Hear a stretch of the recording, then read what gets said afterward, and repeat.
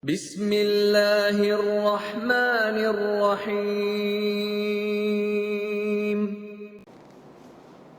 Bismillahirrahmanirrahim. Assalamualaikum warahmatullahi wabarakatuh.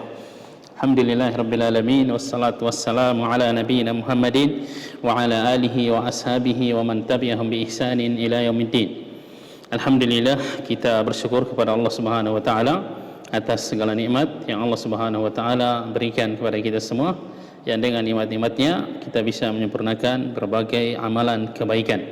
Kemudian salawat dan salam kepada Nabi Muhammad, kepada keluarganya, para sahabatnya, dan orang-orang yang mengikuti petunjuk mereka dengan baik sampai datangnya hari kiamat. Semoga kita semua termasuk dalam barisan orang-orang yang senantiasa berusaha untuk mengikuti, meneladani Rasulullah SAW dan para sahabatnya dalam kita mengamalkan ajaran agama kita yang mulia ini.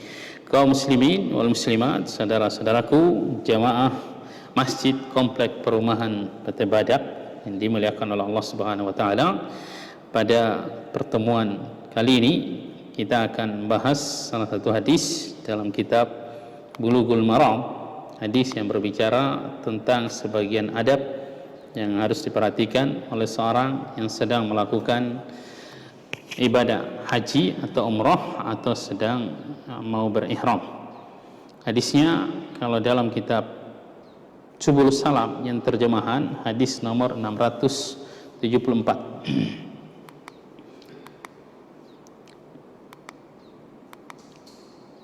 Kita baca hadisnya, karena hadisnya dalam Sahih Bukhari dan Sahih Muslim.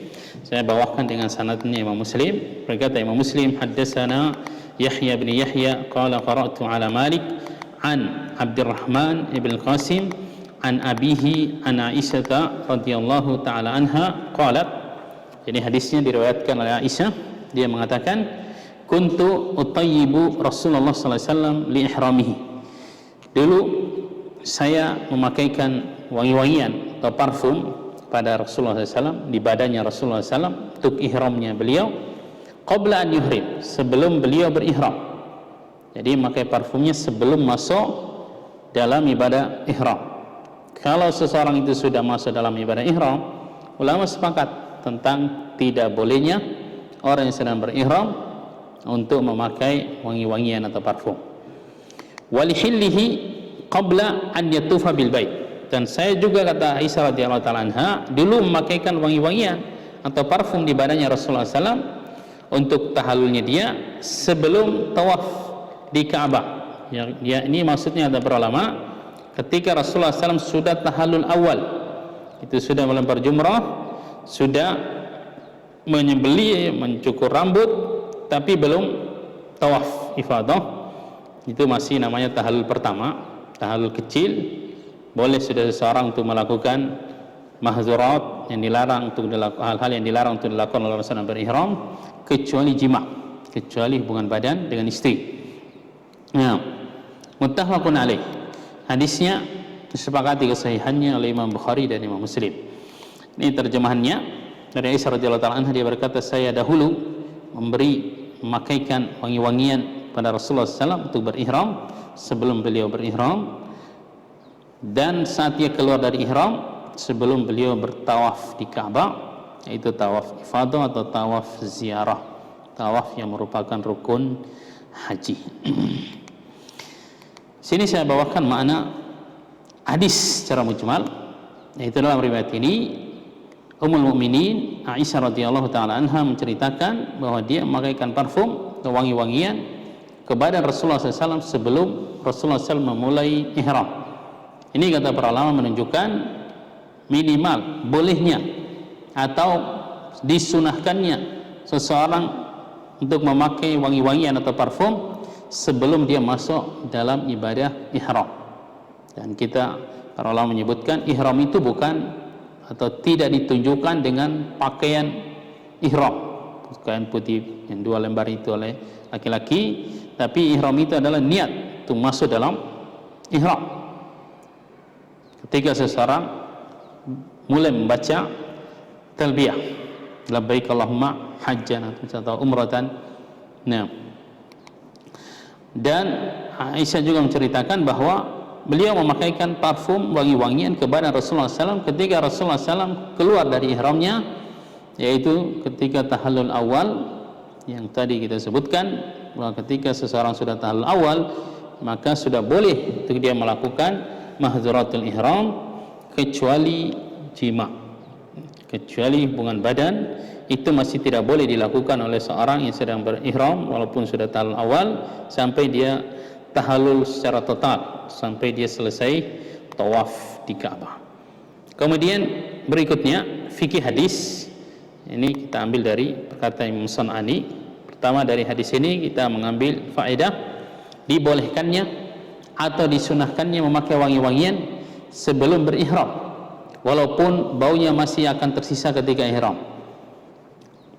Nah, ini yang ditunjukkan oleh teks riwayat ini. Kemudian adanya perbedaan hukum yang kedua antara sesuatu yang sifatnya melanjutkan dengan sesuatu yang sifatnya baru.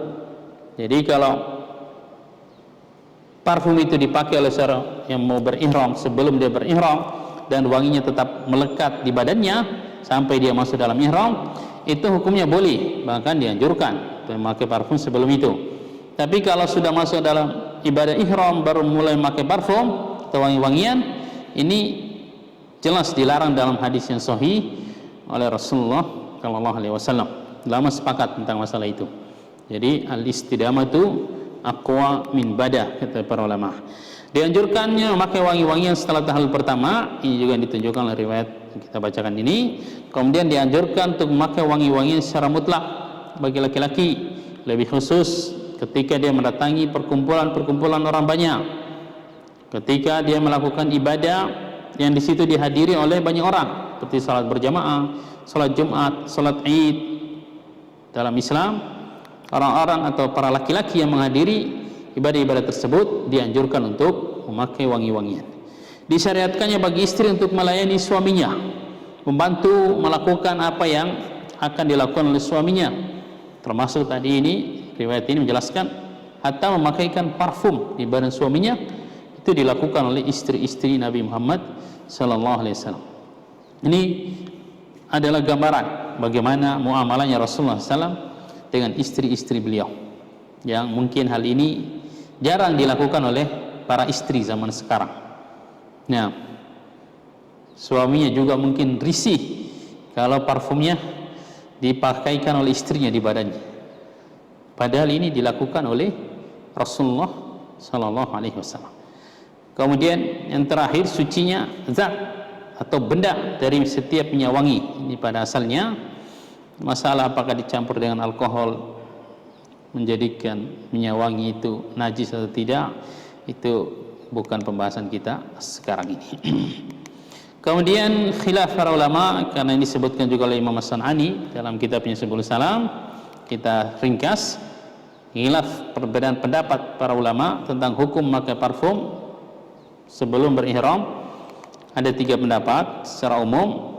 Yang pertama, pendapat mayoritas ulama yang mengatakan disunahkannya memakai parfum bagi yang mau berihram sebelum dia berihram. Ini pendapatnya Imam Abu Hanifah, Imam Syafi'i, Imam Ahmad, Imam Abu Yusuf, itu temannya Abu Hanifah, murid sekaligus temannya, dan diriwayatkan dari banyak sahabat. Bahkan Imam Malik sendiri mengatakan ini, Imam Nawawi rahimahullah mengatakan ini pendapatnya mayoritas ulama salaf dan pendapatnya para fuqaha, mayoritas fuqaha dan ahlul hadis. Dalilnya hadis yang kita bahas ini. Kemudian riwayat lain yang menunjukkan bahwa para wanita pun, yaitu khususnya istri-istri Nabi, juga memakai wangi-wangian sebelum berihram. Nanti akan kita sebutkan lafaz hadisnya. Pendapat yang kedua, ulama mengatakan dilarang bagi orang yang mau berihram untuk memakai wangi-wangian, apalagi kalau yang diyakini bahwa baunya akan tersisa sampai masuk ke dalam ibadah ihram. Ini pendapatnya Imam Malik. Dalil beliau adalah dalil umum yang di situ Rasulullah SAW melarang bagi orang yang sedang berihram untuk memakai wangi-wangian, dan usul yang disebutkan dalam mazhab Imam Malik bahwa sesuatu amalan yang tidak dikerjakan oleh penduduk Madinah itu menunjukkan hal itu tidak disyariatkan, termasuk dalam masalah ini yang didapati oleh Imam Malik. Kata sebagian ulama Malikiyah bahwa ulama-ulama Madinah tidak mengerjakan hal ini, tapi Ibnu Abdul Bar sendiri membawakan riwayat yang sahih yang menunjukkan bahwa hatta fuqaha sab'a, fuqaha 7 ahli fikih yang hidup di zaman tabi'in, mereka semuanya tinggal di Madinah, mereka mengatakan sunnah bagi orang yang berihram untuk memakai parfum. Pendapat yang ketiga, ulama mengatakan makruh bagi orang yang berihram untuk memakai wangi-wangian. Ini pendapatnya Muhammad bin Hasan Asy-Syaibani, yaitu temannya Imam Abu Hanifah, murid sekaligus temannya, atau bin Abi Rabah, muftinya Makkah di zamannya, muridnya Ibn Abbas, Imam Zuhri. Mereka menggabungkan dalil dari dua pendapat di atas, tapi secara teks dan kekuatan dalil jelas pendapatnya mayoritas ulama yang lebih rajih, yang lebih kuat, bahwa sunnah atau dianjurkan bagi orang yang mau berihram untuk memakai wangi-wangian sebelum dia masuk ke dalam ihramnya. Kemudian ada syubhat yang mengatakan bahwa apa yang dilakukan oleh Aisyah dalam riwayat yang kita bahas ini adalah kekhususan Nabi, dalam artian tidak berlaku hukumnya untuk selain Nabi Muhammad sallallahu alaihi wasallam. Maka dijawab oleh Muhammad Sanani, kata beliau bahwa khususnya suatu amalan itu merupakan kekhususan Nabi, pada asalnya tidak bisa kita mengklaim seperti itu kecuali harus ada dalil yang menunjukkannya. Dan untuk pembahasan kita ini tidak ada sama sekali dalil yang mendukung, yang menunjukkan bahwa masalah ini kekhususan Nabi Muhammad sallallahu alaihi wasallam. Bahkan pada asalnya semua yang dilakukan oleh Nabi Muhammad sallallahu alaihi wasallam, hatta ayat-ayat yang kata para ulama ayat itu sebenarnya berbicara khusus kepada Nabi. Lafadznya ya ayuhan Nabi itu berlaku untuk umatnya juga. Ini pada asalnya. Kecuali kalau ada lafadz atau dalil khusus yang menunjukkan bahwa itu kekhususan Nabi, seperti Nabi sallallahu alaihi wasallam boleh menikah tanpa mahar, tanpa wali. Nah, boleh seorang wanita menghibahkan dirinya kepada Nabi sallallahu alaihi wasallam. Nabi sallallahu alaihi wasallam boleh beristri lebih dari 4. Itu banyak dalil-dalil menunjukkan bahwa itu kekhususan beliau. Nabi sallallahu alaihi wasallam boleh menyambung puasa dan kekhususan beliau yang lainnya yang ada dalilnya.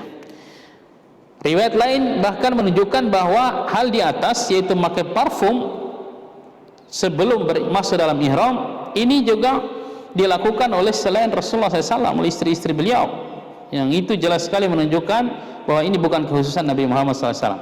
Ini riwayatnya, kata Aisyah, kunna nudammihu wujuhana, dulu kami melumuri wajah-wajah kami bil miskil mutayyib, dengan minyak parfum, qabla nuhrim, sebelum kami berihram. Summa nuhrim, kemudian kami berihram, fana'riqu, lalu kami berkeringat, fayasilu ala wujuhina, sehingga parfum itu mengalir di wajah-wajah kami. Wa nahnu ma Rasulullah SAW, saat itu kami bersama Rasulullah SAW, kata Aisyah, fala yanhana, beliau tidak melarang kami. Jadi klaim kekhususan Nabi SAW tentang masalah itu adalah klaim yang tertolak. Kemudian yang tersebut lagi tentang pengaduan salah seorang sahabat bahwa dia telah memakai jubah, memakai parfum di badannya dan di pakaiannya ketika sudah masuk dalam ihram. Kemudian Rasulullah SAW merintahkan kepada sahabat itu untuk melepas jubahnya dan membersihkan parfum, menghilangkan bau parfum yang ada di badannya, cuci sampai 3 kali. Kata Imam Sanani, perbincangan dalam hadis di atas terjadi pada tahun ke-8 Hijriah di Jirana, bukan di Haji Wada. Sedangkan yang kita bahas ini yang dilakukan oleh Aisyah pada Rasulullah SAW ini terjadi di Haji Wada tahun 10 Hijriah.